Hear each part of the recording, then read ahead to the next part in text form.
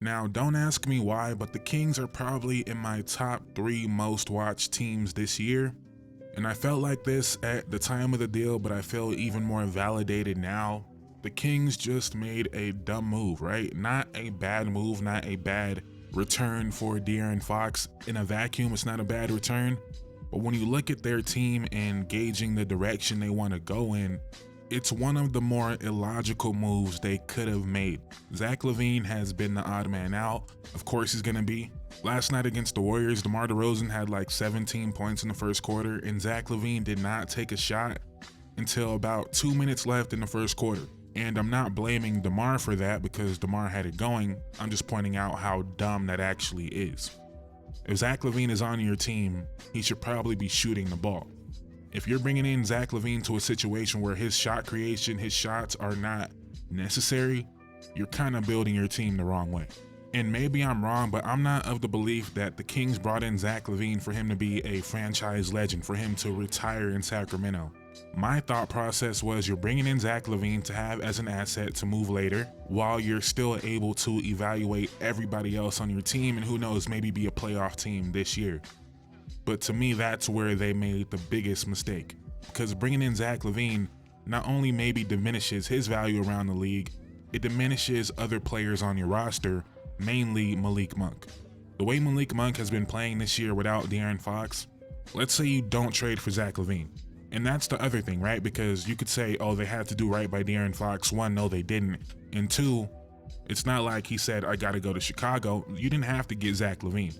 Well, let's say they don't trade for Zach LaVine and they go get some more size. They go get a big wing, or they go get another starting level center to pair with Sabonis, whatever the case may be.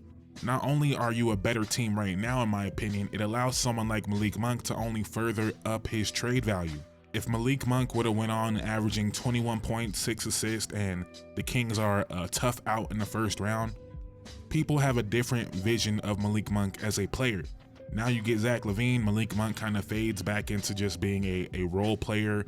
You know, he's doing more than just a role player, but you get what I'm saying. Now he fades back into that Malik Monk role, where there was a chance he broke out of that. And not saying for your team, but there was a big chance that this summer Malik Monk would be the hottest name on the trade market. And maybe that still is the case, but bringing in Zach LaVine only diminishes that chance. Also, you bring in Zach LaVine to, let's say you're a middling playoff team, or you're like the Pistons or whatever, you trade for Zach LaVine. Okay, Zach LaVine is in a great spot to flourish, to really showcase his talents. For you to make that decision, do I want to pair Zach LaVine with Cade going forward, right? Or for you to say, you know what, Zach LaVine, you're going to look really good for us and other teams are going to want you. And I know it shouldn't be that fickle. NBA front offices should be able to look past it, but recency bias is a real thing. Zach LaVine going to Sacramento and flaming out in the play-in is different than him going to Detroit and having a great first round series and losing. It's just different. And the way people view you is different. And the Kings pretty much nuked that possibility for Zach LaVine and Malik Monk. Is their plan really to build around Sabonis, LaVine, and Malik Monk going forward? Is that really their plan? I can't believe that's their plan. And you just seen what Zach LaVine was able to get you. Not much.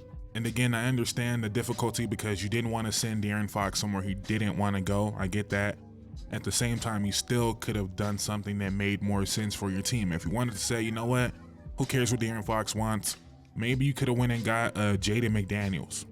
Maybe and I'm not even saying that's this great move to make, but that's someone that makes sense. That's someone that can be there on the next great Kings team. That's someone that allows Malik Monk and DeMar DeRozan and Keegan Murray to look better. Maybe there was a 3-team deal where you could have got DeAndre Hunter. You seen what the Hawks gave up DeAndre Hunter for. Maybe that would have been a better fit. Again, a wing that allows these other guys to fill their roles naturally.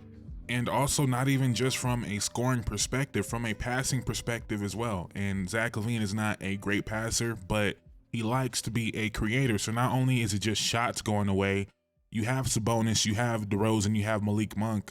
That's enough shot creation on your team. As great as Zach LaVine is at shooting, he still wants to get into his mid-range bag. He still wants to be on the ball. And this team just doesn't make any sense to me. Even Sabonis, like his stats are down across the board. His scoring's down, his assists are down. And if it wasn't Malik Monk and DeMar DeRozan there as well, The DHOs between Zach LaVine and Sabonis would be amazing. That would be amazing. That would be a go-to action. That would be the Herter Sabonis DHO on steroids. But when you have DeMar DeRozan in the corner when you're doing that, and to be fair to Monk and DeRozan, I think they are both better than Fox at the playmaking aspect of it. So it doesn't make sense to have LaVine on the ball over those guys, especially when LaVine is supposed to be the spacer for those guys. But Zach LaVine doesn't want to play that way. It also doesn't help that Zach LaVine is just simply not making his shots right now, and it's not like his shots are going down drastically. He was taking 16.9 in Chicago, he's taking 16.3 in 7 games in Sacramento, so his shots are still there, he's just not knocking them down. I probably shouldn't even care that much. I don't really care that much. I'm just, like I said, I've been watching this team all year, and I felt like when they made the Fox deal, there would be an opportunity for them to be better, for them to address some needs, and they didn't address any of it. Instead, they now have like 6 shooting guards on the roster. If we're counting Malik and DeMar as shooting guards, even though I know DeMar is no longer a shooting guard, I know Malik Monk is trying to be a point guard now, but you guys get what I'm saying. You got Malik Monk, Zach LaVine, DeMar DeRozan, Keon Ellis, Devin Carter. So let's call it 5 guys that are shooting guards that can't really play up. I know DeMar plays up, but he can't play up defensively. You have no real wing defenders outside of Keegan Murray. I mean, Keon Ellis is, but like I'm saying, he's a guard defender. He can't really play up like that. He can at moments, but not like that. And that's another thing that makes this a dumb deal in my eyes. I know he wasn't lighting it up, but now Devin Carter is not really playing at all. He played 3 minutes last night against the Warriors. And he's the guy that actually does play up. He's the guy that is crashing boards, right? That's boxing out. So if you went out and got another forward or another wing, it would allow Devin Carter to develop and get more minutes. And again, not saying you would trade him, but again, he would look better. Like, they just made a deal that made everybody on their roster look worse. And I'm gonna compare this to the Warriors situation, not to give myself a pat on the back, but in my initial reaction to that deal, before we even seen a game played, I said I think people are maybe underrating this move a little bit because they don't realize that this move is gonna make Pods and Moody look better. Those guys have looked amazing since acquiring Jimmy Butler because that fills a role that they needed, and now it allows the other guys to play in their natural position. The Kings made a move that put nobody in their natural position. And how that further correlates with the Kings is someone like Moses Moody. If he would have just kept, being a rotation player in and out the lineup, this summer he would have no real value. He got extended, he's gonna be making around $13 million. Teams would look at that and say, we don't really know. Now all of a sudden he's going to be a starter on a playoff team going forward. This summer he's going to look like a real asset on a good deal.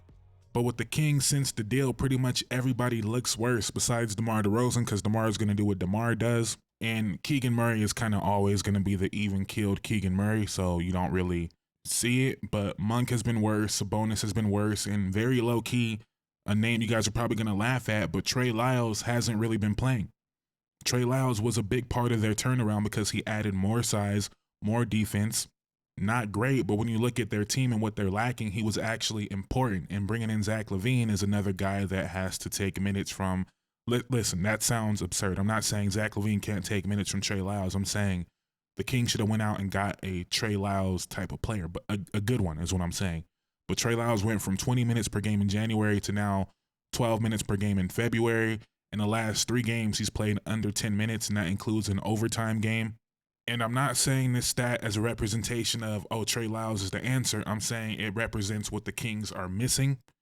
But the Kings are 19-12 this year when Trey Lyles plays over 15 minutes. But instead of going out and getting more size and more defense, they instead double down on more bad defense, another shot creator, someone that doesn't address any single need on their team. So they were one of my most watched teams so far this year. I don't think they will be going forward. So Kings fans, let me know in the comments down below how you're feeling about your team. Are you excited about the future? Right now, I don't really see one. Let me know in the comments down below. I would greatly appreciate it. Thank you guys so much for watching. Please like, comment, subscribe. I'm out. Peace.